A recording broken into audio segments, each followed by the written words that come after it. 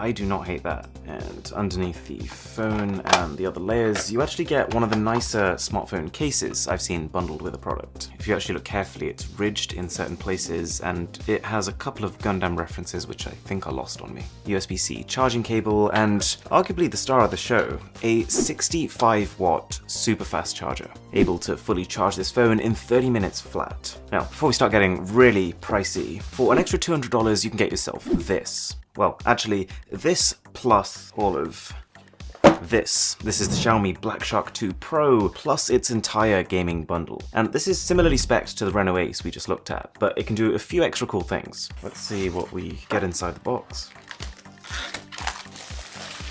So it's kind of lightly textured on the front. Oh wow, okay, yeah, that would be my color of choice. This is Iceberg Grey, and I think greys and whites are actually kind of overlooked on smartphones. They do a great job of hiding fingerprints, and they look clean. It also comes with a gamepad attachment, power adapter, and also a case.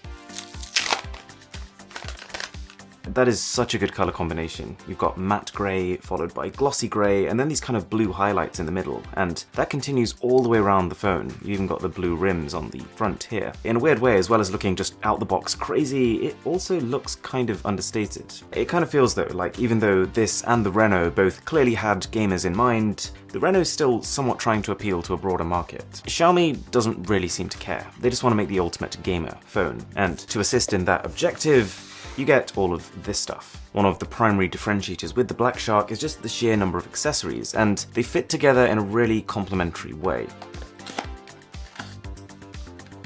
There are two gamepads, the left one and the right one, and whilst it does seem a little weird that the company sells the gamepad separately, they can work independently, but if you did buy both, the best way of using them together is with this. It's got a really nice grip on the back of it. You then slide both of those, I almost said Joy-Cons in, you slide both of those controllers in and you get something that looks like that. And this feels great. No flexing at all. There's no headphone jack on the phone, but if you did want to resolve that, there's also a 2-in-1 audio adapter. So that would essentially clip onto the back of the phone like that, and then allow you to plug headphones and a USB-C in at the same time. And then to top it all off, you can play your games on your TV using a USB-C to HDMI cable. It's easy to forget, but our modern smartphones, especially ones like this, have already exceeded the power of last generation consoles. So when outputting to a TV, you might be surprised by the result. It is clever marketing, having a really affordable base smartphone with tons of attractive accessories to get on top of it, but at the same time, all of this together is less than $1,000 flagships, so it's not something to complain about. Now, moving from the expensive high-end category to the ultra-expensive luxury category. We've got this one. You might have heard of a company called Caviar. They try to unite technology with exclusive luxury, and they have gone hard with this package. It is worth around $11,000 just for this alone, which by the way absolutely pales in comparison to the one coming afterwards, but it's still a lot of money. So this is actually from Russia, and someone has flown from Russia to London just to be able to post this to get to me, which is crazy. It is incredibly heavy for a smartphone box. It's got Caviar Russia written on the front there in kind of embossed gold text. I don't know what to expect. Okay, another box.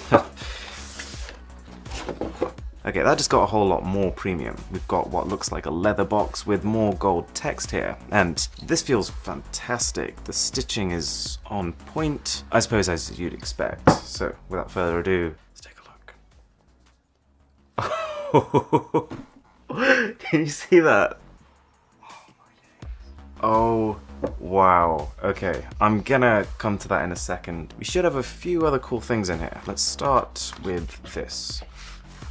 So there's like a little brochure that tells you other smartphones that Caviar produces. There's the hand-signed international warranty card, and you also get an international certificate of ownership. Wow. So inside 3 more boxes. Oh, okay. So that's just a power brick. In here, ooh, Okay, so this is a matte black, gold embossed AirPods Pro, I believe. Yeah, look at that. That is nice. And I guess, I'm assuming this will be a cable. Yeah, so standard Apple cable there. Oh, and actually, worth noting is this. This is Caviar's own signature SIM ejector tool, and it's actually meant to represent a sturgeon, which is a type of fish, which links back to caviar as a brand name, because caviar means fish eggs. Most importantly, though, the smartphone. And this is a 256 gig iPhone 11 Pro with a twist. Oh god, it's so heavy.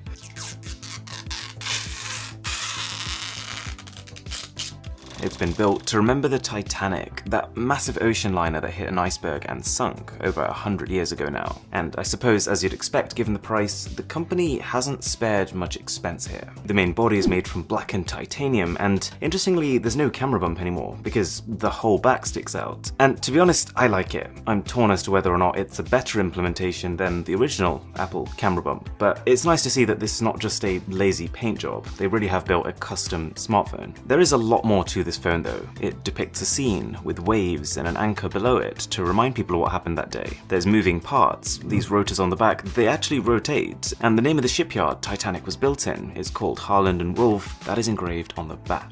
There are just so many touches here. On the bottom you've got these three stamps. One says 11 Pro, the other says titanium, the material it's made from, and the other one is the Caviar logo. And finally, arguably the most important part of the smartphone is what is housed in this circle here. It is an actual fragment from the Titanic ship, which I suppose is getting more and more valuable over time, because, well, it's deteriorating at the bottom of the ocean. In fact, there's only 99 of these in the world, and right here it says this one is number 15. And now for the final phone. This is going to be crazy.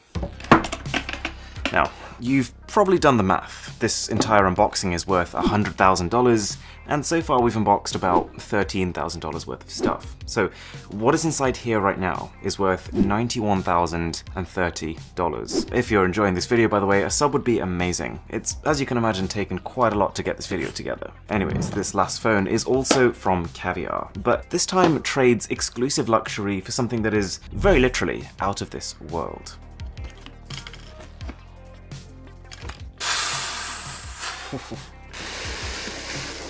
Mad. Okay. Oh yeah, so it's got the Caviar Russia logo on the top again. And another leatherette box. This one looks like it opens completely differently. Gosh. I'm physically nervous right now. I never dreamed of the day I could even touch a phone of this value, let alone film a video on one. I'm gonna assume it opens like this. There is so much gold on there. Right, here we go. Oh my god. Oh, wow. This is not meant to be touched. Look at this. That is unbelievable. Tell you what, I'm gonna have a quick look at what else comes in here, and then we'll get straight back to that. We've got the same cable and the same sturgeon SIM ejector tool, but in this box also... what on earth is that? Oh, okay, that's a tool to adjust some part of this phone. Oh, we have a pair of normal AirPods this time, which are matte black, but no Caviar branding on it. That's an interesting choice. I do like the idea of having matte earphones. It does resist fingerprints better than the traditional ones do. The final box is actually buried right in there. What has happened here? There we go. Oh. It's a charger. This is it. I don't even know how to grip it. Okay, it is very heavy, and let's talk about it. This phone is called the Universe 2 Diamond Gold, and as you can probably tell, it's got a space theme. So all these kind of rings you're seeing, they're meant to be the orbits of planets around a star, kind of like a simulated version of our solar system. And right in the middle here, this ticking sound you can now hear, that is from a working tourbillon, which is something that's used in traditional watches to negate the effects of gravity. So again, kind of links to that space theme. And I believe this goes in there, and it winds it up. That's amazing.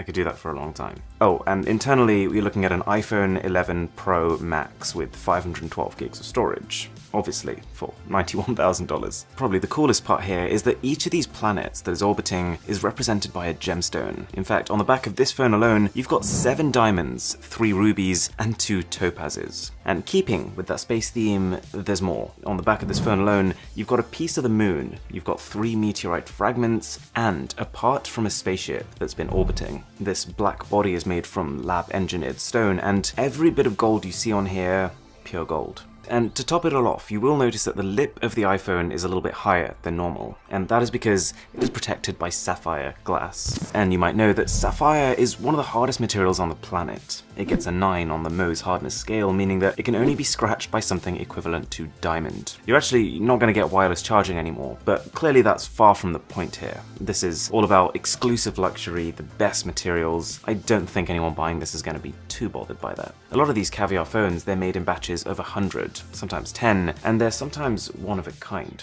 So yeah, the $100,000 unboxing. I can't believe we just did that. If you enjoyed this video, please subscribe, and there's plenty more smartphone unboxings on the channel, so do check that out. And with that being said, my name is Aaron, this is Mr. Who's the Boss, and I'll catch you in the next one.